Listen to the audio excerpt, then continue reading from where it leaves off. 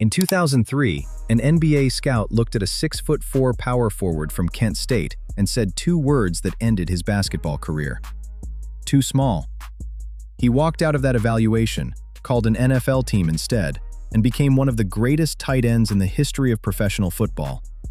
His name was Antonio Gates. But this isn't a story about what he became. It's a story about what basketball missed. The question this video asks is not whether he was good enough for the NBA.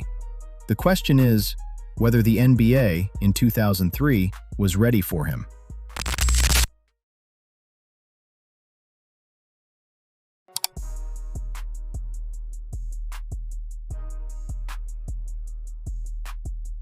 What if the problem wasn't the player?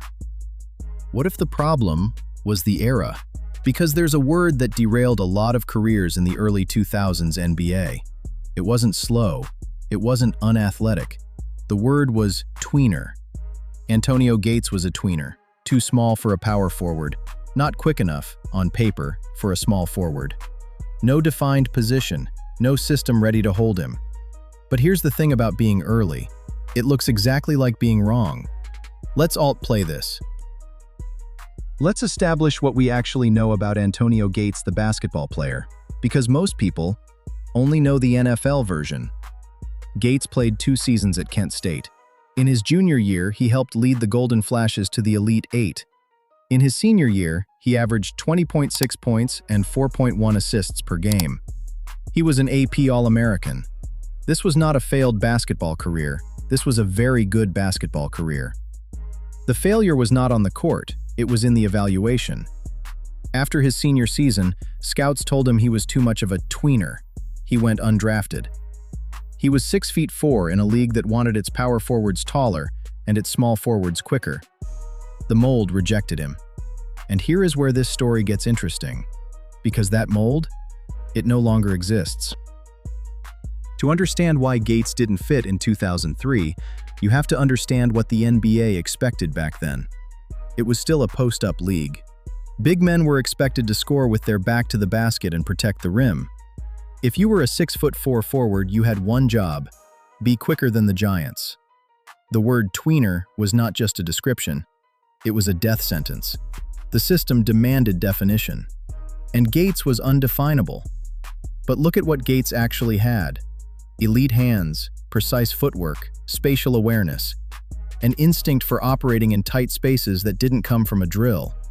None of those traits showed up in a box score. And in 2003, the advanced metrics that could have captured them didn't exist yet. Let's be specific about the skill set. Because Gates was a finished basketball player in ways the scouts simply couldn't see. Those 4.1 assists per game, that number is extraordinary for a power forward in 2003. It suggests a player who could initiate from the high post and make decisions in traffic. Back then, nobody was building an offense around that. Today, that's the entire system. The footwork that made him a Hall of Fame tight end didn't come from football. It came from the paint. The body control, the separation, the hands, those were tested on the hardwood first. Elite hands, elite footwork, playmaking instincts. In 2003, that was a tweener.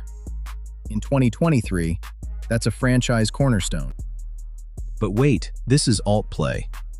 And we're going further. The NBA he entered was still in love with size. The power forward position was defined by Tim Duncan. Fundamentally sound defensive anchors. The offense Gates would have thrived in, high post actions, short rolls, dribble handoffs, wasn't a thing yet. Teams weren't asking for it. The league hadn't figured out that the most dangerous place for a skilled big man is everywhere else. It was a league that rewarded size over versatility. Gates wasn't wrong for basketball. The basketball of 2003 was wrong for him. Watch what the NBA became. Draymond Green is 6'6". He earns all-star selections and anchors dynasties because of elite hands, footwork, and spatial awareness. He is the league's best point forward, not despite his limitations, but because of his unique strengths. Bam Adebayo is valued for his defensive versatility and short-roll playmaking. Jokic runs the offense from the top of the key. These are the players who define the modern game. And the thing they all share is exactly what the NBA couldn't categorize in Antonio Gates: versatility, playmaking, intelligence. Here is the honest version of this story. Antonio Gates was not overlooked because scouts were wrong about his talent. He was overlooked because the game had not yet invented the role that would have made his talent visible. Positionless basketball was over a decade away. Some players don't miss their opportunity. They arrive before it exists. He didn't need different skills. He needed a different decade. He needed a world where tweener was not a verdict, but a job description. So, was Antonio Gates not good enough for the NBA? Or was the NBA simply not ready for Antonio Gates? The honest answer is that he was a prototype that arrived before the language to describe him. He didn't fail the NBA. The era failed him. The lesson here isn't about basketball. It's about timing. About how the systems that evaluate greatness are always a step behind the players who are actually great. Some players don't miss their window. They just get there before it opens. Was Antonio Gates ahead of his time, or just in the wrong time? Let me know what you think in the comments.